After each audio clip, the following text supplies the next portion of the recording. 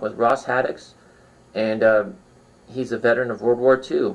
And go ahead and tell me your name, Ross. I'm Ross Haddix. What's your full name? That's it. Oh, that's it. And where were you born? I was born in Noble, Kentucky. That's Breathitt County. That's in southeastern Kentucky. And what date were you born? July 24th, 1921. And what year did you graduate from high school? 1940. What high school did you go to? Riverside High School is where I graduated from. Mm-hmm. That's in Breathitt County. And I graduated from high school and everybody was gung-ho and whipping Hitler. So I volunteered and I enlisted in the Army for 3 years. It took me 5.5 years to get out. Wow. And How did you enlist? just volunteered. Where did you go to? I enlisted and went to Fort Knox, Kentucky. Mm-hmm. And I headquartered there, in and out of there in different times, and I was there went in 1940, and I think, crowding my memory, I think I went to school in 1940. I got in the Army at that time and had a lot of soldiers in there that had been in 5 and 10 years, and some of them probably could not write their names, and it was a sad fact of life. And they get new, younger people in, and they sent me to school. They'd come around and say, will you go to school? And so I went to school, and I was there in, let's see. What kind of school was it? What was the school for? I think it was trade school in Cincinnati for a machinist. Mm-hmm. You know, the Army at that time needed, I was in the ordnance. I was in the heavy ordnance, and we repaired, all of our equipment. If it's an engine or if it's a magneto on the engine, well, we fix that, or you fix tanks, and Sure. and What was it like at Fort Knox at that time? Was that sort of a new experience for you to go to? oh yes, it was a new experience. Just out of high school, Mm-hmm. never stayed away from home unless it was with some of my family, overnight, even for overnight. And went into the Army, and it's a different ballgame. What was Fort Knox like then? Well, it was kind of a modern camp at that time. I was in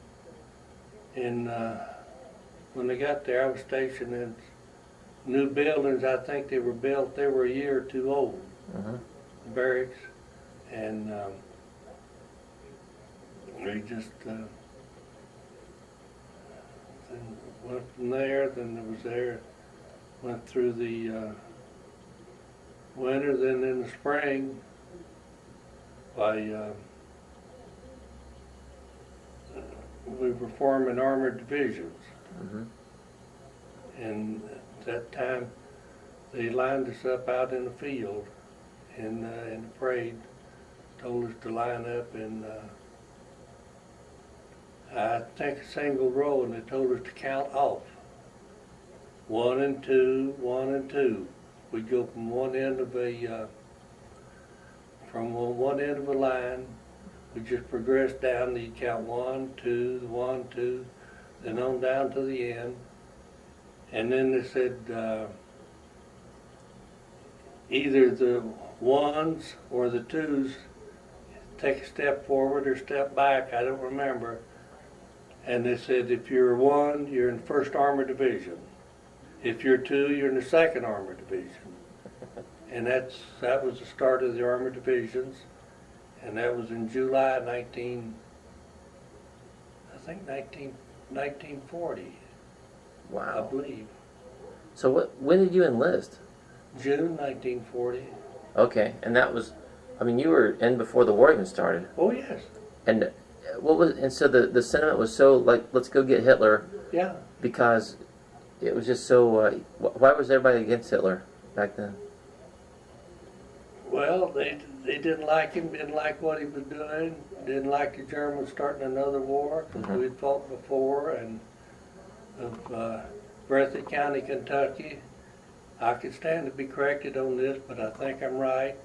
That was the only county in the United States that did not have a draftee in World War One.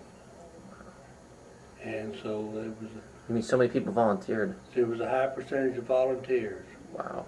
And we just, the people in there loved their freedom, Mm-hmm. and we just, get caught Okay. and we enlisted in that. Hold a second. Okay. Yeah, I spent an awful lot of time in and out of Fort Knox. We were in the armored divisions, and at that time, prior to that, they'd had horse cavalry and they went from horses for mobility to motorcycles, and they had brigades of motorcycles. And then they went from that to the armored divisions, and they did away basically with the horses and the motorcycles, and it was just a time when they were trying to build up armored division because we didn't, they didn't know anything about warfare. And at that time, why, Germans were tearing loose in France and the lowlands over there, and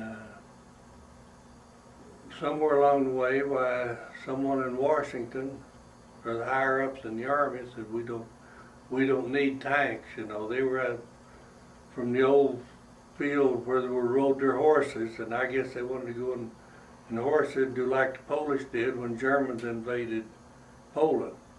Germans had the best horse cavalry in Europe at that time, I understand, and they fought the tanks with their sabers, which was just, it was a losing battle from the start. And this is things that we had that we were trying to develop, and we got our tanks. We had our light tanks, and we had a single turret tank, and we had a light tank that had twin turrets, and we call that the Mae West model. And I think maybe a 50 caliber machine gun was the heaviest ornament that they had on those tanks at that time, and the single turret tank on the light tank may have had a 37 millimeter. So everything was just, and if you looked out of your barracks, or we could look across and see our workshop where we worked, and they were just large metal buildings, and we'd see troops out marching. They'd have new recruits coming in. They'd train them how to march and so forth. Mm-hmm. And we were getting the tanks, and we were trying to get them repaired and get people to learn how to run them and how to repair them. Sure. And that was just part of the things that went on. Why'd you call that one model the Mae West? Had twin turrets on the top. Mm-hmm. A civilian tank should have a single turret. Sure. And they had a 37 millimeter gun in that. Right. Then the one that had the twin tanks, we called it the Mae West model. How come?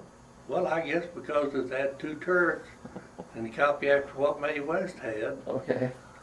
And She was pretty popular back then, right? she was very popular. Okay. And we Now- were there, and I was at Fort Knox one day around the. I don't remember when this was. I don't know what year, if it was in 40. But we have the gold depository at Fort Knox, and I was up close to railroad tracks, and this train came in, unloaded, and people, guards jumped off that Army troops and civilians, which I later, I guess they were either FBI or Secret Service, and they were bringing gold into Fort Knox. They were loading it off of boxcars. So they came around and told all of the soldiers there to back up, back up. They had their Tommy guns with them, had their Tommy guns out, and it just said, back up. This is just one of those things that it's here one moment or 30 minutes, and then it's gone. And they would load the gold up, take it over to the gold depository there in Fort Knox, and in case you got out, and if you were walking around the depository, why the guards in the towers would tell you keep moving, don't even think about coming on the grounds. And they meant it. They had machine guns there, and that was just some of the things that went on that. And you were soldiers that were already in the Army. Yeah. And they would just, but they were protected against everybody. Well, they were unloading the gold. Sure. And wow. And I would say if somebody had provided me the opportunity for a gold bar, I might have had a souvenir. I mean, basically that's I would say is what it would have been. Sure. Only I wouldn't have got very far with it. Right. Now, so you went into Cincinnati and worked at a trade school. Yes. And when you were done with that, what year was that? I think probably in the early winter of '41. Okay. I'm just not for sure on that. And so Pearl Harbor happened. When did you hear about that? December '41. When did you? How did that happen? How did you hear about it? Well, how I heard about it, I was in Aberdeen, Maryland, Ordnance Proving Grounds up there, and I was chosen to go to school because they couldn't get anybody been in the Army 10 or 15 years. They wouldn't go. So I went to Aberdeen, Maryland, to the Proving Grounds up there, and my job there was to learn tanks. So we had radial engines, is what we were using in tanks then. And so I worked on radial engines, learned about radial engines, learned about diesel engines, and I learned about the gasoline engines. And they taught us how to pull the front end out of a tank. And if it needed repairing, well, we would repair it because we were heavy ordnance. They classified heavy ordnance. The step below that was medium ordnance, and then light ordnance, or just a company maintenance program. In other words, if you were in a company and you had a tank and the engine went bad, well, you would call the ordnance and we would pick it up. And we would take it up and pull the engine out, put another engine in it.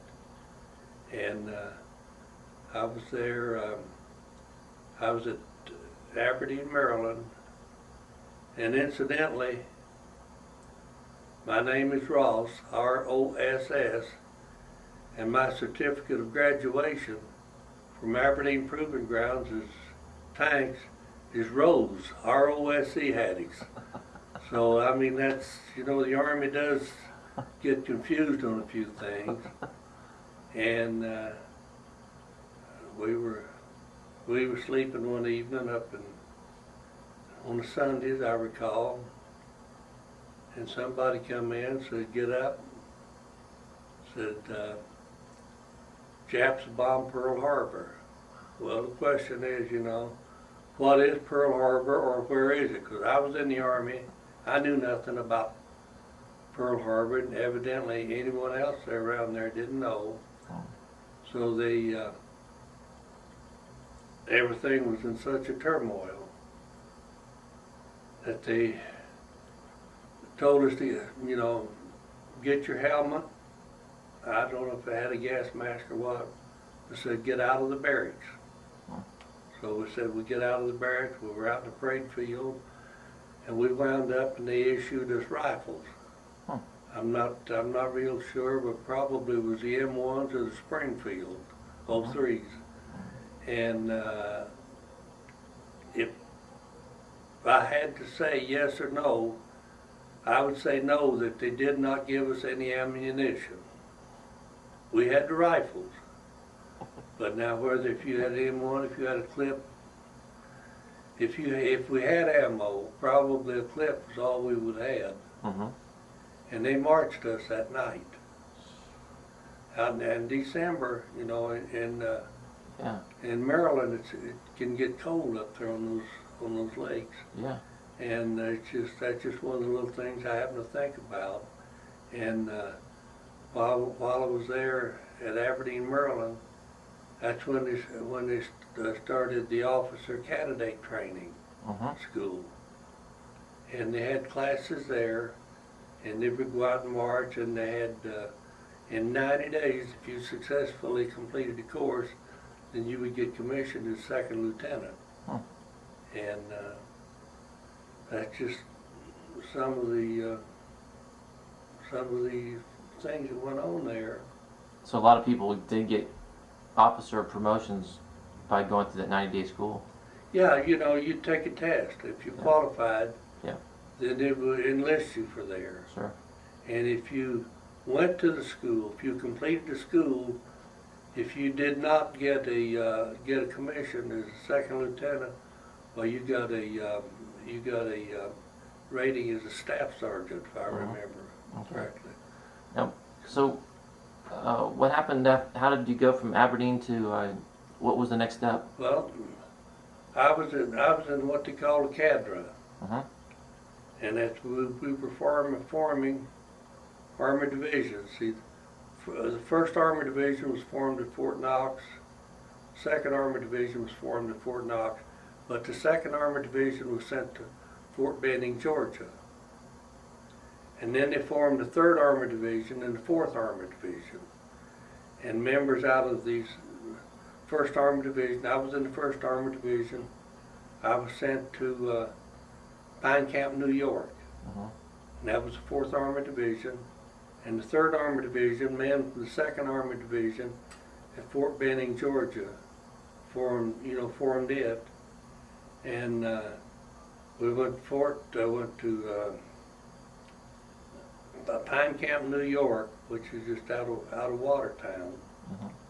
And I think it's Camp Drum now. I think that's the name of the place. And I think the closest railroad outlet to that, I got corrected on this a year or so ago, was about either 50 or 75 miles from there. So we used to, when we were sent Army equipment, well, we would go down downstate in New York and drive them up. And then out of the Fourth Army Division, when they formed the maybe the 5th and 6th or the 7th and the 8th Army Division, they took cadre out of places. They took me from Pine Camp, New York, sent me back to Fort Knox, Kentucky in the 5th Army Division.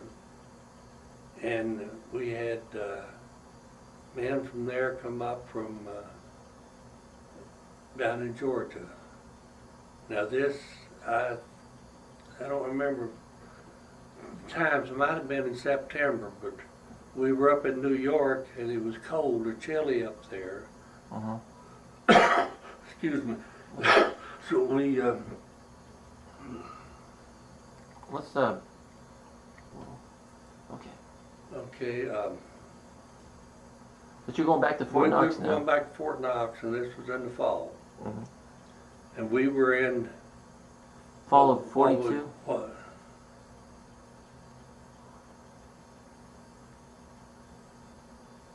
Yeah, that would have been it. That would have been in 40.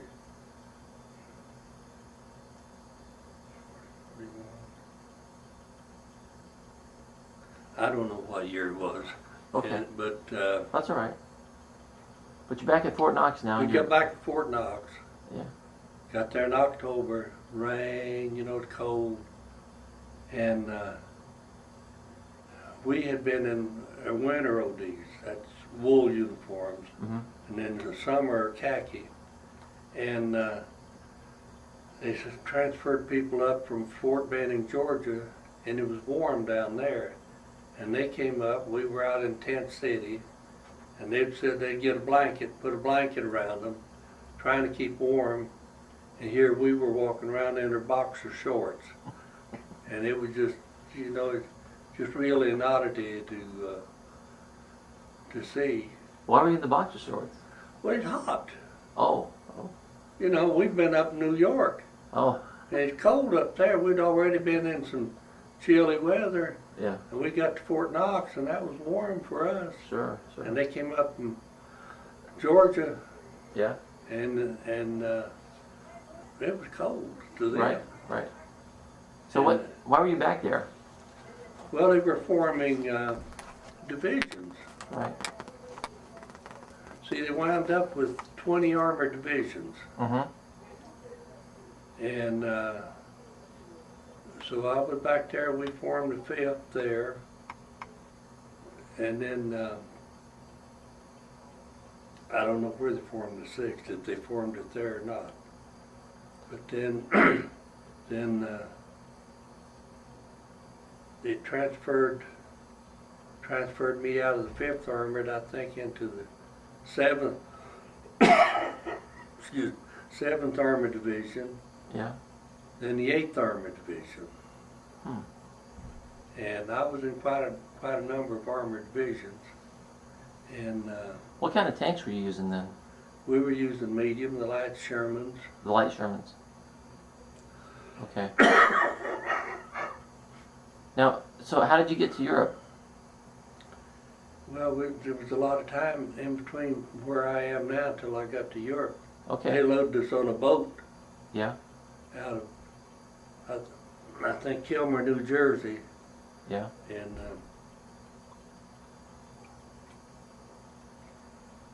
we went over. Of course, there was a couple of moves in there before we shipped over.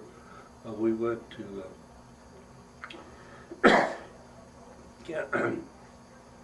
Camp Polk, Louisiana. We went through maneuvers there. We went through maneuvers out in Texas, and out in the desert, out in desert in Arizona and California. And what did you do on the maneuvers? Well, you learn how to live in the field in hot weather. Mm-hmm. It'd be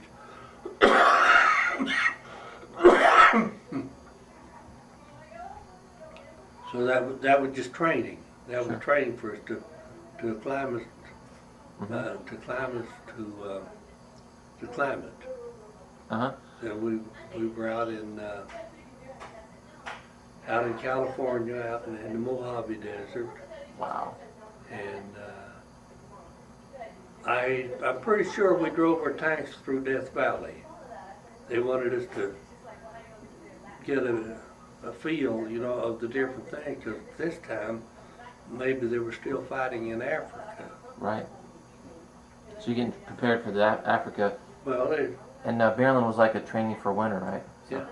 And so you're on the boat. What kind of boat were you on? Is it a commercial boat? Some kind of a Italian ship. And we, Was it Navy boat? no, it was an Italian ship that was converted. Well, I don't know if it was Navy then or not, Okay.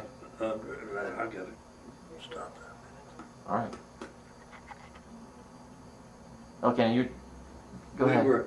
We were in the desert. We maneuvered in the desert in California, and we went to at that time it was called Camp Cook, but the name now it's Vandenberg Air Force Base, I think, or that's where they shoot their rockets and things off. So our division went from there to Europe. We went to England. We went over, I think it was on an Italian ship. And we landed in England, stayed in England a while, and in December in '44, they loaded us up and was moving us into France, because that's when they were going through France. And they wanted more armored division in there, I guess. And that's when they were sending George Patton in, General Patton. Mm-hmm. And where did you land in England? I think Southampton, Okay. down the south, I guess southeastern part, Right. down the southern part. So they loaded us up on the ships in mid-December. And the day we left is the day they started their Battle of the Bulge, when the Germans invaded it. So we got across there. We landed, I believe, in Cherbourg. And the urgency to get our vehicles, our Army Division, from Cherbourg up to the fighting area, up to wherever they wanted us. Why, they had us, in wartime you use a little blackout light, little blue light. We call them little blackout lights, and you couldn't see anything 5 or 6 feet in front of it. So they ordered us, and we disconnected those, and we hooked up our bright lights, normal driving range. And at nighttime we drove from Cherbourg up through, I don't know if it was Reims or we went through Paris and through there, because Patton had told him he could get his armies up to Bastogne in, I think, 72 hours.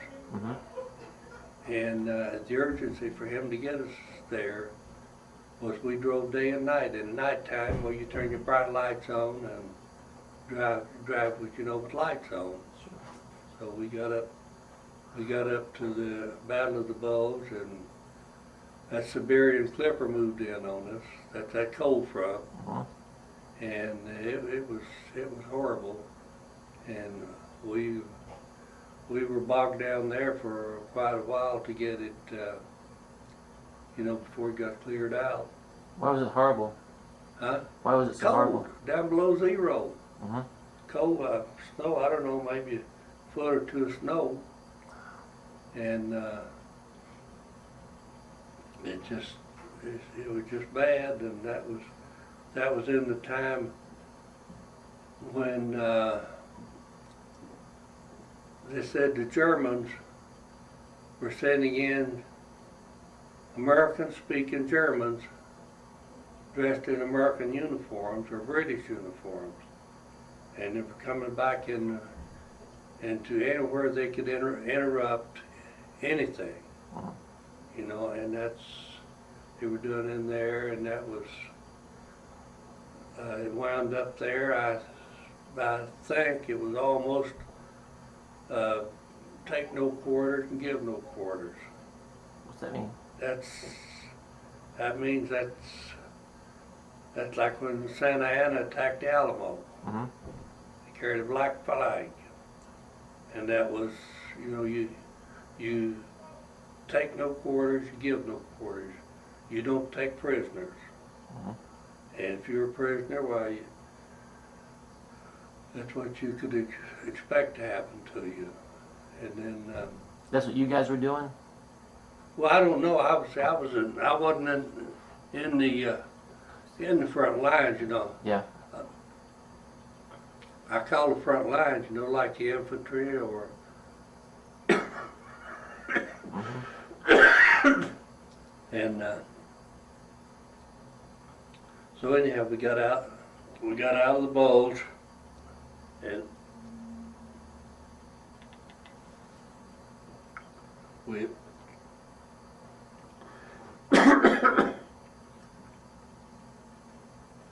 broke through the Siegfried line, got down into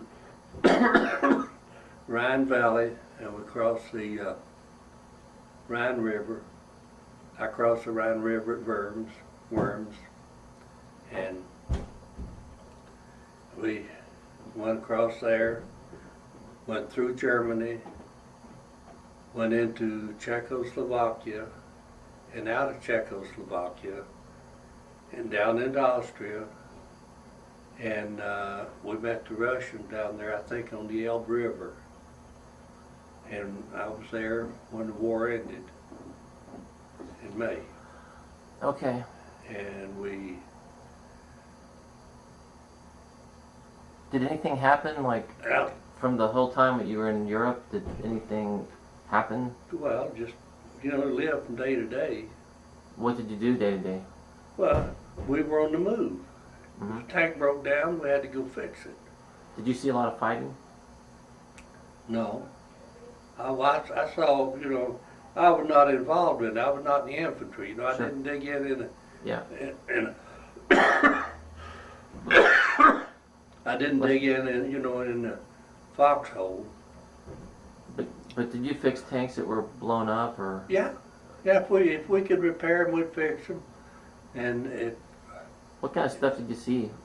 What kind of tanks were? What kind of damage was? Shermans, they just, What yeah. kind of damage happened? the 88s would hit them. We Mhm. saw the 88s, and they had a anti-tank gun that's pretty potent. And some of the German tanks, some of their Tiger tanks were, they were devastating to our tanks. Were there like guys that had gotten killed in the tanks and you had to fix them? Yeah. What was that like? Well, we had details that would go in and take the injured, take the dead out of the tanks. And then they'd take their personal belongings out and put them outside the tank.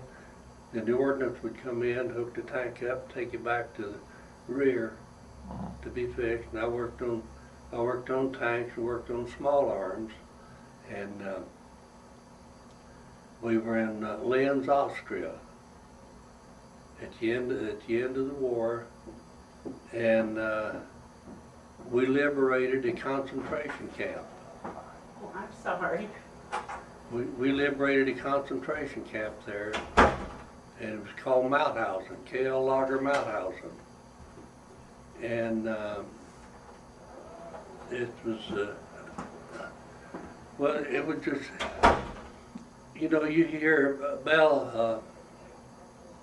Bergen-Belsen and those other names, but Mauthausen, we liberated it, and that was in the zone that was to be turned over to the Russians, because the river, the Danube River, was the dividing line. On one side was to be American, on the other side was Russian, and this happened to be on the Russian side, so we turned it back over to them, and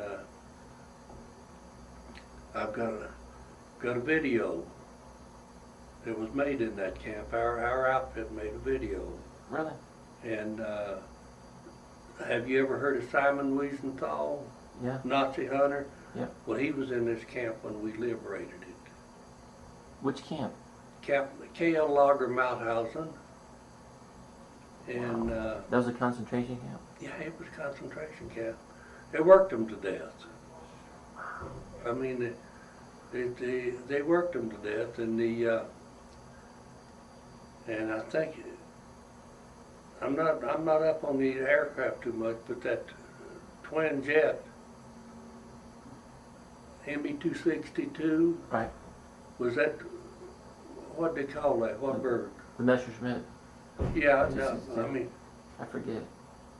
I forget the nickname for it, but it was like the first jet.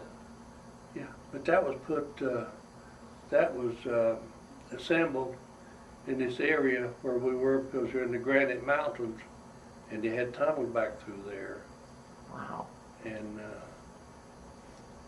it just, but you need to take a look at that videotape.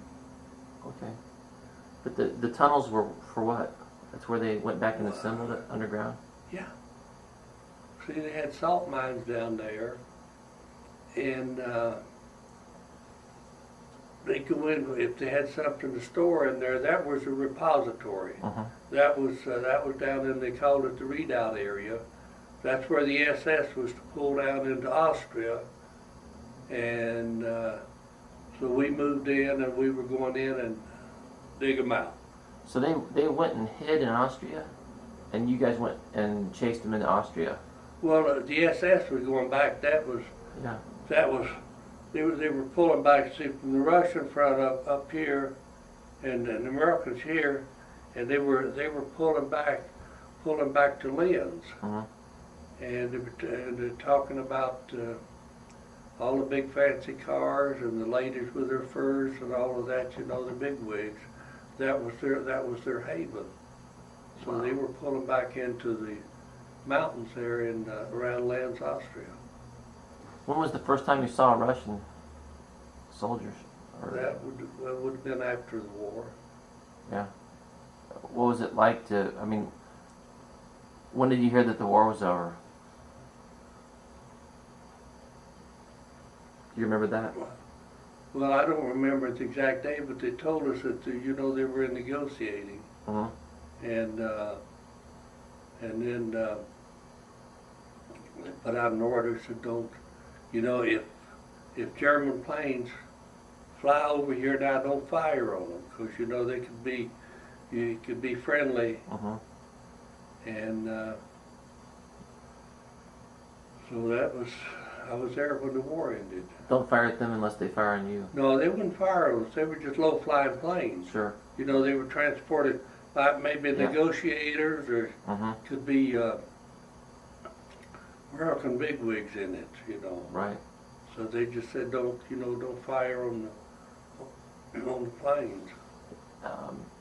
Was there anything real memorable that happened to you that you want to relate, like a funny story that happened, or what? I mean, was it real? What was it like to do that day in, day out, work on those tanks, and where guys had been killed inside of them? Well, it was just a job. Yeah. Did you try not to think about it, or? Well, I was, like I say, I was with ordnance. We repaired things. We repaired instruments. Mm-hmm. We repaired. Hold on a second. Hi. Okay. We had a little fella in our outfit, was Polish, and he could smell aircraft. And we were on the Autobahn one day driving along, and we had a 6x6, and it was covered. They had the tarpaulin over the top, and we were in the back. And Walt was going crazy. He absolutely was going crazy. And a few seconds later, like that went right through the truck, and that was our introduction to the 262, to the Swan. It strafed us. Wow. But that little Polak was going. Well, he's going bananas. We stopped the truck, and didn't take him long to get out. But it's just. Was anybody hurt? No, we didn't get anybody hurt. What was his name? I don't remember his last name. Yeah. So he could smell aircraft. He just had the premonition for him. Right. And so what was it? What was it like when you saw that plane? You didn't see it. Oh, really? It was a jet. It just, it was gone. Mm-hmm. It was that fast. Yeah. Then we heard this gosh awful roar after it went by. Wow. What was your reaction to that? What do you think about that? No, I'm just glad, truck didn't get torn up. But what do you think about that plane? I mean, Didn't see it. See, a 6x6 was covered with a tarpaulin, yeah, and it was covered. We were inside, I see. and sometimes just the tarpaulin is open to the back, and you see where you've been. Right. But you didn't even hear it coming. No, Was that shocking to you? Oh yeah. And but I can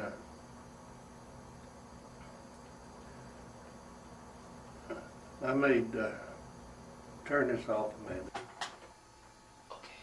In the concentration camp in Mauthausen, I made a bunch of pictures, and I just had the film developed, or I developed some of it myself, and it didn't turn out very good, and I couldn't get anybody could tell me what to do to it or how to do to it. I couldn't get it done. So I went to the Library of Congress over on the base. And they were very nice in there, you know, where they restore their 35mm film. You've been in there? No, but I've heard about it. Okay. But they were very nice, and they said, they looked at the film, and they were in negotiations up at Smithsonian or wherever they're located. And they were trying to get their budget approved and everything. And I was in there in that period of time over at the base. And they said, was trying to find out if the Library of Congress, you know, could do this, could do that film for me. Uh-huh. And make a long story short, they said no. Said they couldn't do it. And the base wasn't able to handle it, and came back in the letter. And I don't think I got a copy of the letter. Said, when you get your film developed and the prints made, says we would love to have a copy of the prints and your film. Right. And that is. That's what they want. Yeah. I won't say what I would comment on that. I did take a pass on that. Right. But what were the pictures of? The concentration camp. Or were they black and white, 35mm, and it was 50 years old. Is it pictures of prisoners or just the buildings or what? You'll have to take a look at them. Okay. All right. And then you can decide. I found a guy that would do them, but he wanted, I think, at $2.50 a print, and I couldn't stand that. It's expensive. And how many prints do you have? Well, I don't know. I probably had 8 or 10 rolls. Yeah, that's a lot. And now, what was your impression of that camp? I mean, you said Simon Wiesenthal was there. Yeah, well, it was the death camp. They worked them to death. Did you see a lot of bodies and stuff, or? Yeah. That must have been just horrible. It is horrible. It took me probably 50 years before I showed the picture to a few people. You know, they showed wagons out here with people just stacked on it. You know, just like you'd stack wood or something, and then the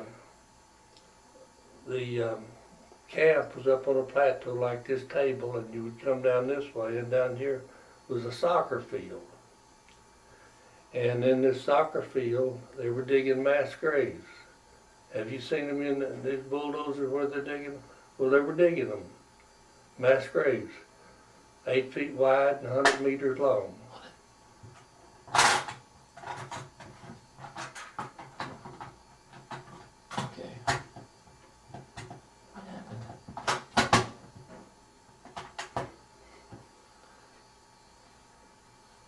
Okay. So they're digging the mass graves? Yes. And I was talking to a friend of mine. He's the historian for the 11th Armored Division. And they made a video of over there, a compilation of different people, different pictures. Some of my photos are in there. Really? And with my credit on it. And I was talking to him. He lives in New Jersey, and I was talking to him. And one time I'd been working there was a bridge over there, a railroad bridge. And big long bridge over waters, and I took a 35 millimeter camera and I made, I think it was 3 views of it, so I could get it all, put it together like a mural. And my brother was looking at it one day and he says, "That looks so familiar." He says, "A bridge that long." He says, he says, "It just looks too familiar." He said, "What is that?" I said, "Well, that's a railroad bridge in Linz, Austria." He said, "Ah." He said, "I used to swim under that bridge." He was, now this is 50 years later. Yeah. He was in the MPs over there. When I came back, he went over in the MPs. Wow. And I was relating this to my friend Ray. And he says, "Well," I said, "You know, all of the bridges around there and the culverts were blown." Yeah. He said, "Well, do you know why that railroad bridge wasn't blown?" I said, "No, why?" He says, "Because I'm the guy that took the TNT charges off of it to keep it from being blown." No way. Now this is 50 years later. Who's that guy? Ray Bush, he's a historian for our 11th Armored Division. So he took him off. Yeah, he was a combat engineer, and that was his job, you know, learning explosion. And he says, "I took the charges off." He said, "That's the reason it wasn't blown." Now, why did he take the charges off? Well, the war was over. We didn't want the bridge blown up. Sure, they were going to save it You for know. after the war. Yeah. Oh my gosh. And, you know, blocks of TNT, you can't leave them on the bridge laying around. And Sure. But that was just one of the oddities of it, you know.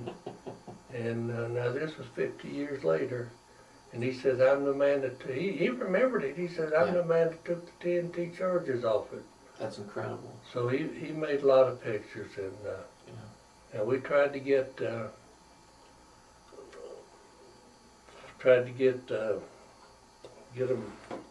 fixed. And I don't know how many rolls of 35 millimeter film. Well, tell me what you saw there at the death camp when you first. What was your first sight of seeing it? I was sent in probably a day or two after it was liberated. Okay. One of our division took a half track, and they had big doors, and it says you would face them like if you're driving this way. The door swung in this way, you know, on the inside. And their opener to open the door was to drive a half track into it, right in the center of the 2 doors and crush them and open them. That was the opening of the door. Now this is all be documented in this video. Sure. I mean, it'll show these. What was inside? Well, it's just the buildings and the barracks, and they had. I have that well documented. I finally got my black and white done.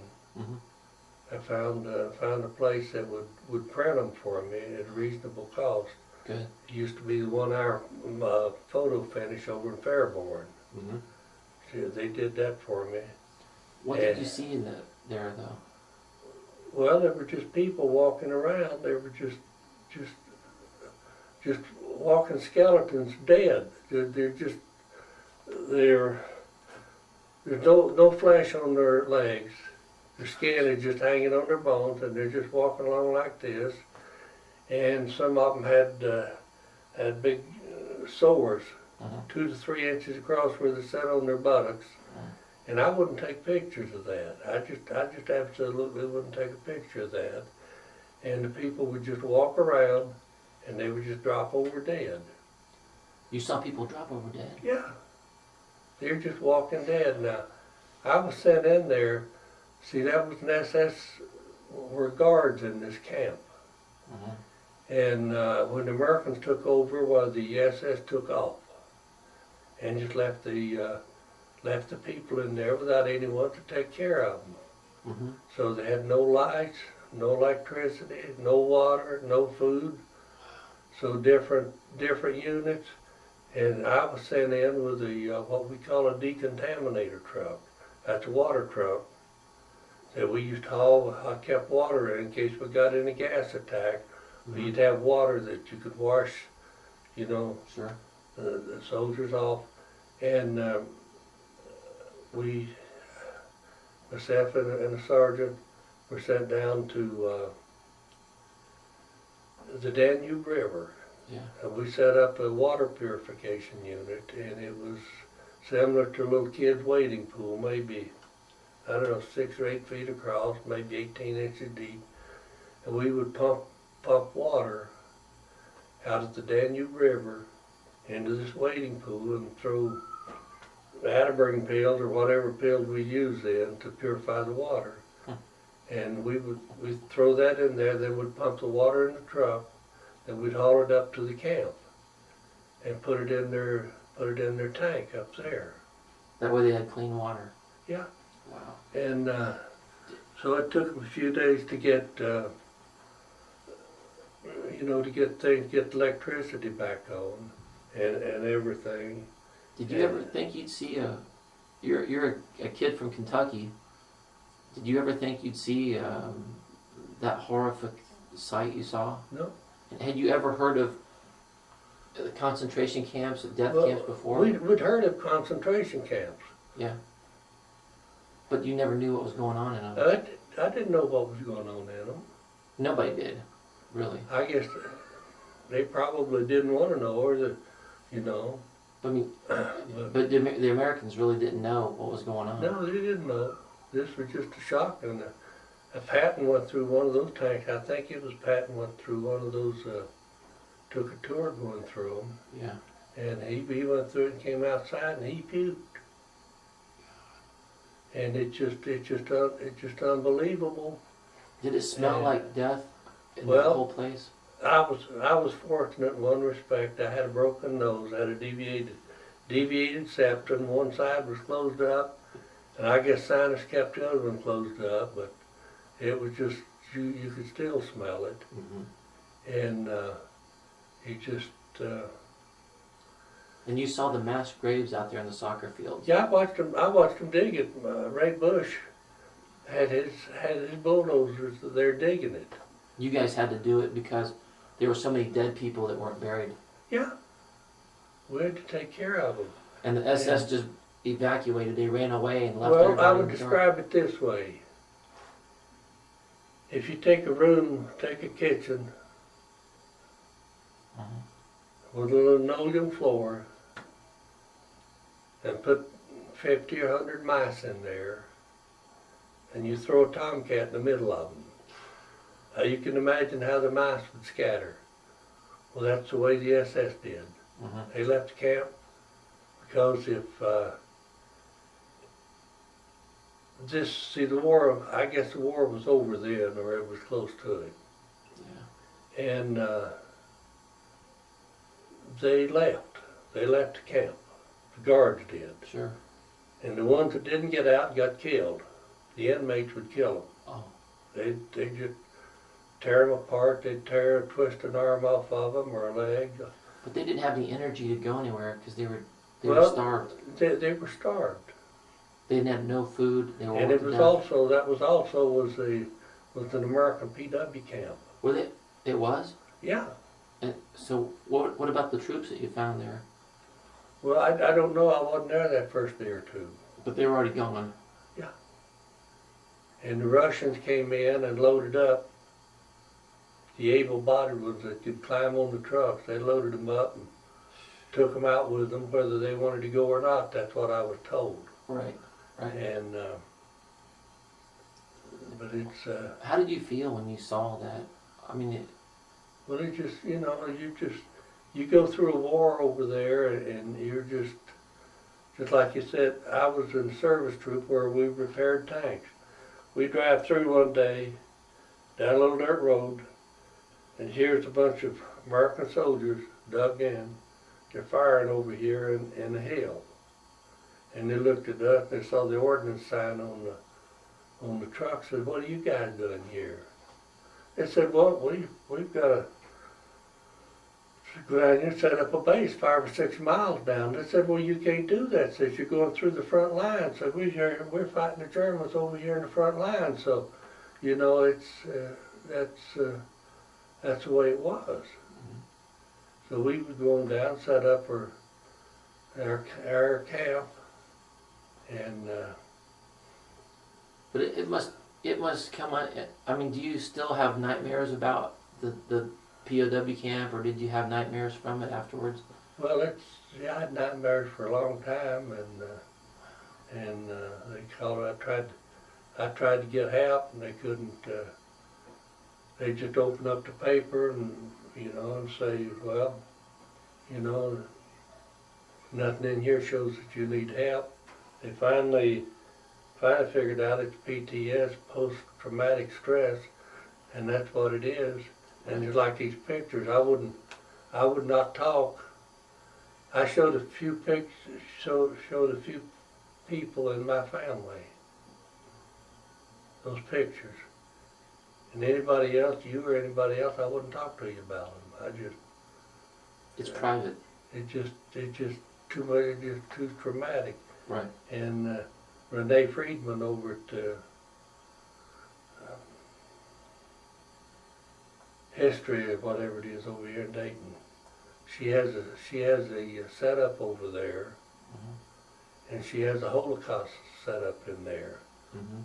And I don't know if you've seen that or gone through it. Yeah. Well, see, she has my picture in that. Wow. It's one of the liberators. At the Air Force Museum. Yeah, Air Force Museum. Yeah. The Museum of Natural History. We went over there one night. Oh, that was before they opened up their. That was before they opened up their. The new wing. The setup in the Air Force. But when you. But she told me, she said, I got in touch with her, and she says, well, where were you 2 or 3 years ago? Said we had advertisements in the paper wanting to contact people like you. Okay. A lot of them would get sick, and they brought troops in. The troops that were over there, the American Army, they brought them by and made them go through these camps and see it. Why? Huh? Why? Well, they just, you could be 10 miles away and not even know the camp was there. And they made us go through and just wagon load after wagon load. They were great for using wagons over there. And they have sideboards that fold down like this. And they would load up corpses on that, and they'd take them up and pile them up maybe 6, 8, or 10 feet deep out. They didn't have a place to bury them. And where they were digging this, in this soccer field outside of the camp, I had pictures of them in there where they would carry people down, and they would put 5 or 6 people in a casket, and 3 or 4 people would carry it. They'd take them down and dump them. Yeah. And just stack them just like cordwood from one end to the other, and then they'd go back and get another load. Gosh. Now those pictures, I had close to 12.5 of those pictures like that, and I lost them all in the tornado in Xenia, plus the film with it. Oh no. But a lot of it is covered by other people that made photos there. Sure. It's covered in this Did you? video. That was in the '74 tornado. Yeah. Did you? What was it like to see that many people being buried at one time? I mean, what did you feel like? It's just, it's just a numbing feeling, you just don't, I couldn't describe it. Just total shock. Yeah, Say total shock. yeah. Did you cry afterwards, or did it overwhelm you after a while? I don't know, it probably hurt too bad to cry. Did you see your other buddies, how they react? Well, probably about the same as me. Did you talk to some of the prisoners that were there? The Well, concentration? talking Polish and German, Russian. Jewish, I couldn't understand them. Did you offer them food and stuff? Well, yeah, we'd give them food. And you provided a lot of water for them? Yeah, well, I provided water. My outfit, my job was to bring water. Sure. Now someone else would bring bread. Yeah. And someone else would bring potatoes. And if a friend of mine, Did you guys cook the potatoes for them? well, I don't know what, the Americans ran the mess halls. How long were you there at that camp? I don't know, maybe.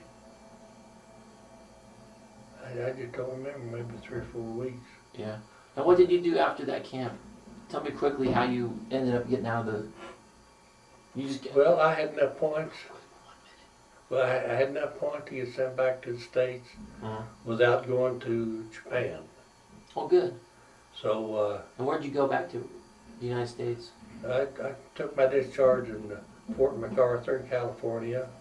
My wife was in Santa Maria, so I stayed out there. And that's... And what have you done since you retired? Or since you... When did you discharge? 45. Okay. And I worked in different jobs. I drove truck and different job, worked as a mechanic, and then got in the printing industry, and I basically retired from the printing industry. what was your business called? You were just a printer? Dayton newspaper. You worked at Dayton newspapers? Dayton Journal Herald, Dayton Daily News? Cox Enterprises. Oh. And you were a printer down there downtown? Yeah. That's neat.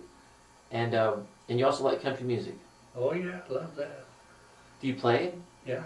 What do you play? Guitar. Heard a lot of good polka music over there. There was a lot of Polish in that camp, and they would have their dances. And there was 1 or 2 barges down on the Danube River, and they found accordions in that. So they got them out and they would play them. That's great. So that was just... That sounds like fun. Well, thank you. Is there anything you'd like to add to your video? I mean, did you, I'm sure you were proud to serve your country. Oh yes. You can say Yeah, I was proud to serve it. I volunteered. I didn't sit back and wait to be drafted. I volunteered, and What was your last rank? PFC.